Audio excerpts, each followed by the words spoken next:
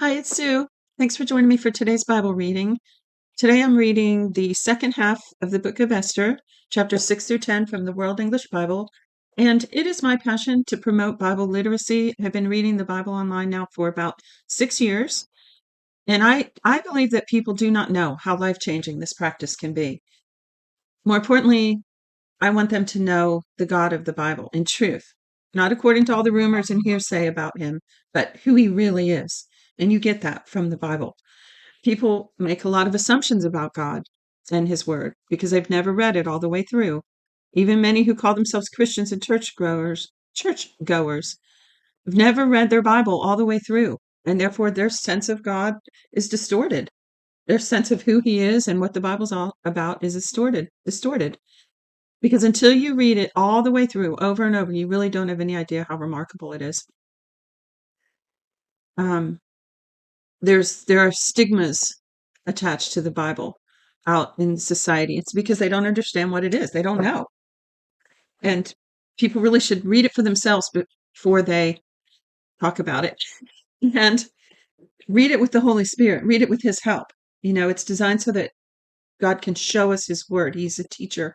He's the master teacher, and he wants to help us. In fact, I couldn't even understand the Bible at all until I gave my heart to the Lord, and it's like scales came off my eyes and I suddenly could read it.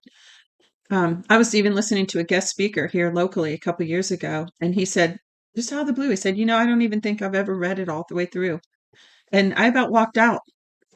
I mean, I understand that. I mean, before I ever read my Bible all the way through, I was ministering on the streets. God was using me and teaching me through that. And, I understand that you can do a lot of things without having read your Bible all the way through. I mean, you know, but that's different. Why would you give the pulpit to someone to be a guest speaker who is going to teach the Bible without any kind of scholarly education to do that?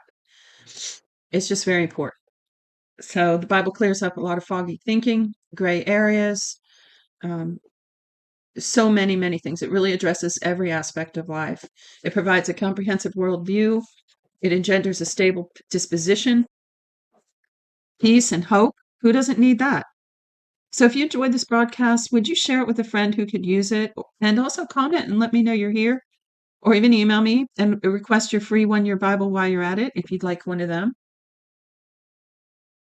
So let's get to our reading here. Esther chapter 6, verse 1. On that night, the king couldn't sleep. He commanded the book of records of the Chronicles to be brought, and they were read to the king. It was found written that Mordecai had told of Bigthana and Teresh, two of the king's eunuchs, who were doorkeepers, who had tried to lay hands on the king Ahasuerus. The king said, "What honor and dignity has been given to Mordecai for this?" Now, remember yesterday, or if you didn't hear it, um, okay, so what he's talking about here is these two eunuchs that were going to, when it says lay hands on the king, they were going to hurt him, kill him, whatever.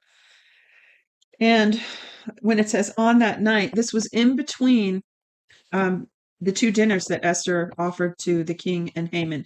You really need to hear yesterday's to understand today's, but there was a decree. This dirty guy Haman, because of jealousy, talked the king into making a decree against the Jews. So they set a date that all the Jews are supposed to be killed.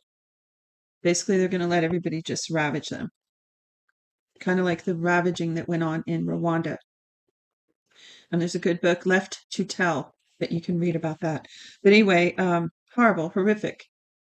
And so Esther the queen is a Jew, but the king and nobody seems to know that. And her uncle tells her, "You've got to talk to the king about this. You've got to do something." And so Esther invited the king. Well, she put herself at risk because if she came to the king uninvited and he didn't extend his scepter, she would be killed. But he did. And she asked him to come to a dinner, and he did, him and Haman. And then at the dinner, she asked him to come again the next night to another banquet she would make for him. And he agreed.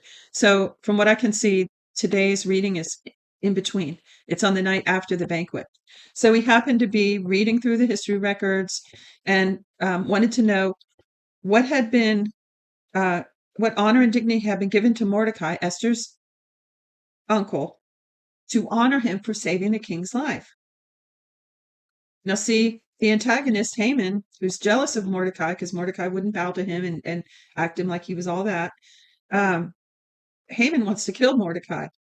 But here's God intervening now. Just so happens, coincidentally, quote unquote, that the king comes to mind to look in this book and see that Mordecai needs honored, which is going to be a stick in the rib of Haman, right? So anyway, he asks him, what has been done to honor him? Then the king's servants who attended him said, nothing has been done for him. Verse 4, the king said, who is in the court? Now Haman had come into the outer court of the king's house to speak to the king about hanging Mordecai on the gallows he had prepared for him. The king's servant said to him, behold, Haman stands in the court. The king said, let him come in. So Haman came in. The king said to him, what shall be done to the man who the king delights to honor? Now Haman said in his heart, who would the king delight to honor more than me? Haman said to the king, for the man who the king delights to honor, let royal clothing be brought, which the king uses to wear, and the horses that the king rides on, and the head of which a royal crown is set. Let the clothing and the horse be delivered to the hand of the one the king's most noble princes, that they may array the man whom the king delights to honor with them, and have him ride on horseback through the city square, and proclaim before him, thus it shall be done to the man who the king delights to honor. Then the king said to Haman, hurry and take the clothing and the horses you have said, and do this for Mordecai the Jew, who sits at the king's gate. Let nothing fail in all that you have spoken. Then Haman took the clothing and the horse, and arrayed Mordecai, and had him ride through the city square, and proclaimed before him, thus it shall be done to the man whom the king delights to honor. Mordecai came back to the king's gate, but Haman hurried to his house, mourning and having his head covered. Haman recounted to Zeresh his wife and all his friends everything that had happened to him. Then his wise men and Zeresh his wife said to him, yeah, wise men, yeah, right.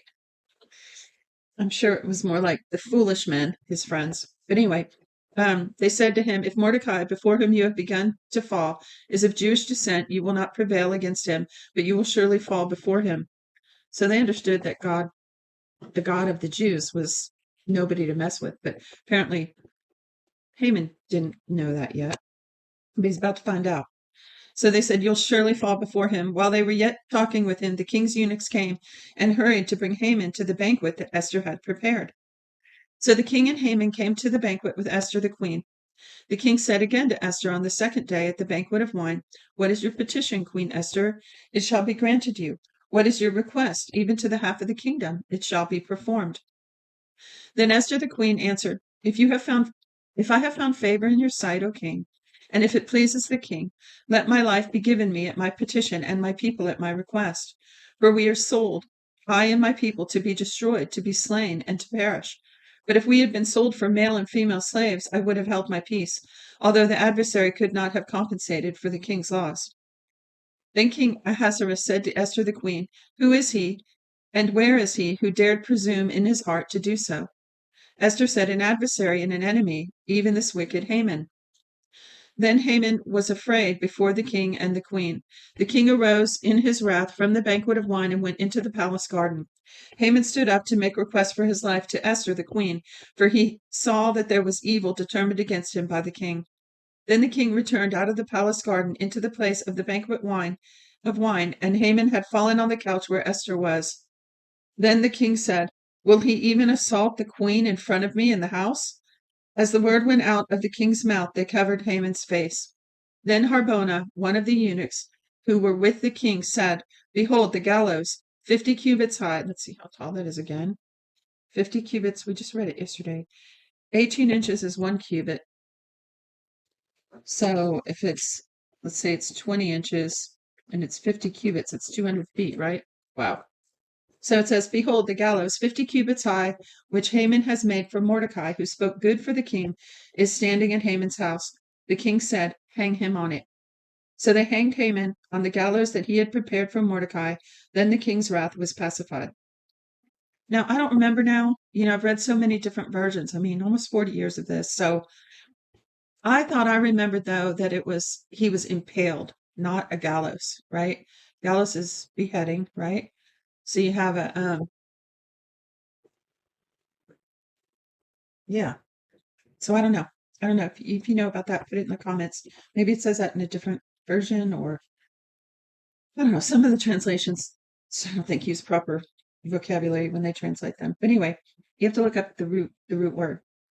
For those that are new Bible, you have to look up, a good way is to look up the Strong's Concordance, Hebrew for the Old Testament, Greek generally for the New, and yeah, look up the actual word, and it'll give you a better idea of the meaning usually. All right, so it said, on that day, King Ahasuerus gave the house of Haman, the Jews' enemy, to Esther the queen.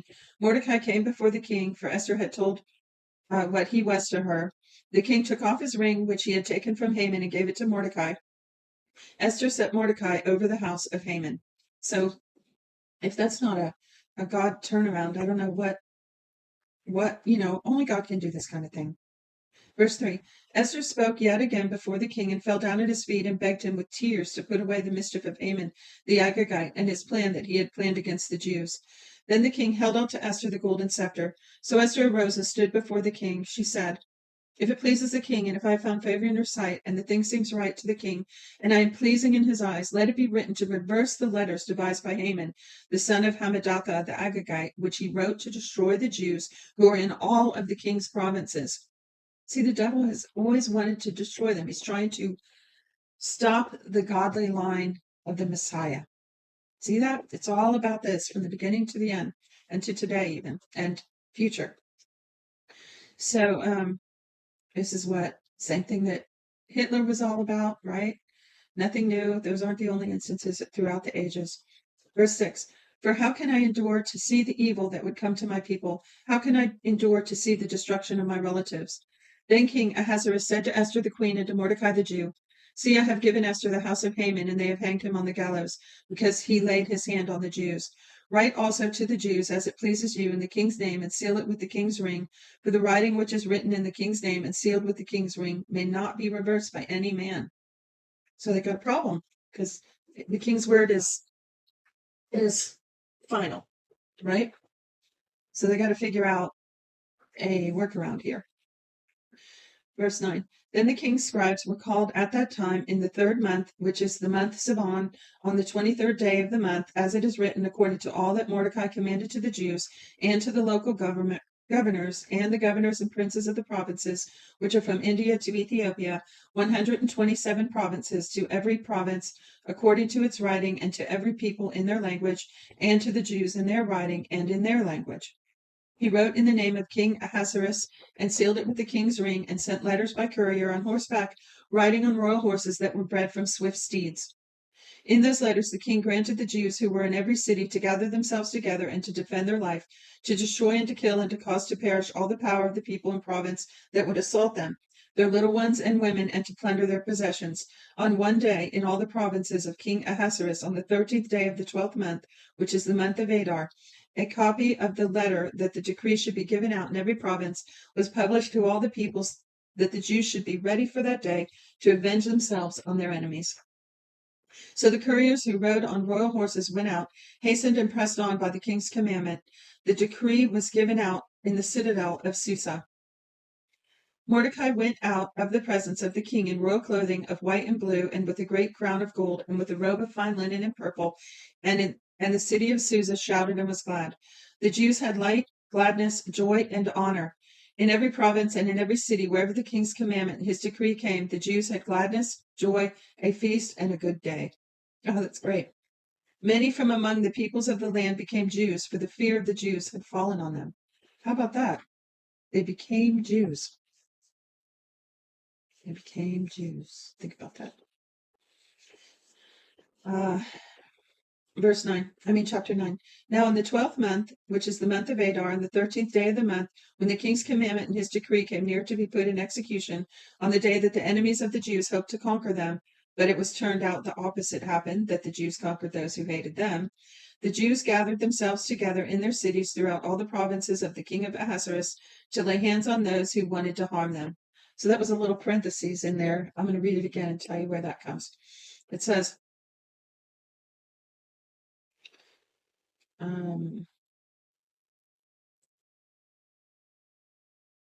on the day that the enemies of the Jews hoped to conquer them, parentheses, but it was turned out the opposite happened, that the Jews conquered those who hated them, end parentheses. The Jews gathered themselves together in their cities throughout all the provinces of the king Ahasuerus to lay hands on those who wanted to harm them. No one could withstand them because the fear of them had fallen on all the people. All the princes of the provinces, the local governors, and those who did the king's business helped the Jews because the fear of Mordecai had fallen on them. For Mordecai was great in the king's house, and his fame went out throughout all the provinces, for the man Mordecai grew greater and greater. The Jews struck all their enemies with the stroke of the sword and with slaughter and destruction, and did what they wanted to those who hated them. In the citadel of Susa, the Jews killed and destroyed 500 men. They killed Parshandatha, Dolphin, Aspatha, Paratha, Adalia, Aridatha, Parmashta, Arisai, Aridai, and Vaisatha, the 10 sons of Haman, the son of Hamadatha, the Jews' enemy, but they didn't lay hands on the plunder. Oh, that's interesting. Because he told them they could plunder them, right? Take their bounty. But they didn't. On that day, wait a minute, my phone just beat me. Verse 11, on that day, the number of those who were slain in the citadel of Susa was brought before the king. The king said to Esther the queen, the Jews have slain and destroyed 500 men in the citadel of Susa, including the 10 sons of Haman. What then have they done in the rest of king's provinces? Now what is your petition? It shall be granted you. What is your further request? It shall be done. Then Esther said, if it pleases the king, let it be granted to the Jews who are in Susa to do tomorrow also according to today's decree, and let Haman's 10 sons be hanged on the gallows. I thought they just killed them. I don't understand that. 14. The king commanded this to be done. A decree was given out in Susa, and they hanged Haman's 10 sons. The Jews who were in Susa gathered themselves together on the 14th day, also the month of Adar, and killed 300 men at Susa, but they didn't lay hands on their hand on the plunder. The other Jews who were in the king's provinces gathered themselves together, defended their lives, had rest from their enemies, and killed 75,000 of those who hated them, but they didn't lay their hand on the plunder. This was done on the 13th day of the month of Adar, and on the 14th day of that month they rested and made it a day of feasting and gladness. Now this is the Jewish tradition, the Jewish celebration of Purim, which is still celebrated today, if I have it right, and I think I do. And I can't remember what day it's celebrated on, so I wonder if this is the day, the 13th of Adar.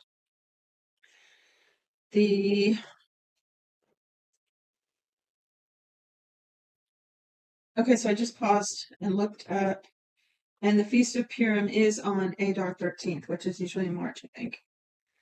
So there you have it. So it's celebrated on the day that the slaughter was supposed to be, even to this day. Verse 18. Well, let me back up. It says, so this was done on the 13th day of the month of Adar, and on the 14th day of that month they rested and made it a day of feasting and gladness. But the Jews who were in Susa assembled together on the 13th and the 14th days of the month, and on the 15th day of that month they rested and made it a day of feasting and gladness.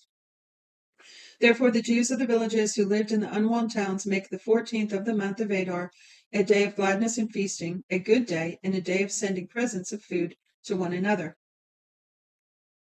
Mordecai wrote these things and sent letters to all the Jews who were in all the provinces of the king Ahasuerus, both near and far, to enjoin them that they should keep the 14th and 15th days of the month Adar yearly, as the days in which the Jews had rest from their enemies, and the month which was turned to them from sorrow to gladness, and from mourning into a good day, that they should make them days of feasting and gladness, and of sending presents of food to one another, and gifts to the needy.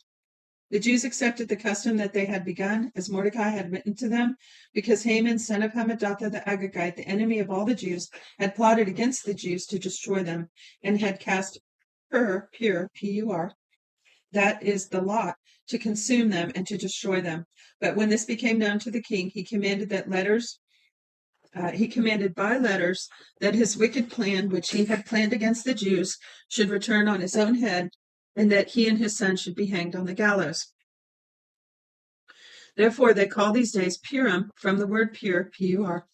Therefore, because of all the words of this letter, and that which they had seen concerning this matter and that which had come to them, the Jews established and imposed on themselves and on their descendants and on all those who joined themselves to them, so that it should not fail that they would keep these 2 days according to that which was written and according to its appointed time every year, and that these days should be remembered and kept throughout every generation, every family, every province, every city, and that these days of Purim should not fail from among the Jews, nor their memory perish from their offspring. Now, let me pause for a second. I'm looking at my calendar for March 23, this past March. It was actually March 6th, Purim, and remember, it's evening to evening. The day starts in the evening. So the 6th was the eve of Purim, and the 7th, the 14th. So from the 13th in the evening to the 14th in the evening was the first day of Purim, and then it shows that it goes on again to the 15th. So that is 2 days from the 13th to the 15th, just like it says here in the Bible. So it's still celebrated today. 29. Then Esther the queen, the daughter of Abihail, and Mordecai the Jew wrote with all authority to confirm the second letter of Purim. He sent letters to all the Jews to the 127 provinces of the kingdom of Ahasuerus with words of peace and truth, to confirm these days of Purim in their appointed times, as Mordecai the Jew and Esther the queen had decreed, and as they had imposed upon themselves and their descendants in the matter of the fastings and their cry. The commandment of Esther confirmed these matters of Purim, and it was written in the book. Last chapter. It's very short. King, let's see, it looks like 3 verses. 10:1. King Ahasuerus laid a tribute on the land and on the islands of the sea. Aren't all the acts of his power and of his might and of the full account of the greatness of Mordecai, to which the king advanced him, written in the book of the Chronicles of the kings of Media and Persia? For Mordecai the Jew was next to King Ahasuerus, and great among the Jews, and accepted by the multitude of his brothers, seeking the good of his people and speaking peace to all his descendants. That's it for today's reading. I'll see you tomorrow. God bless you.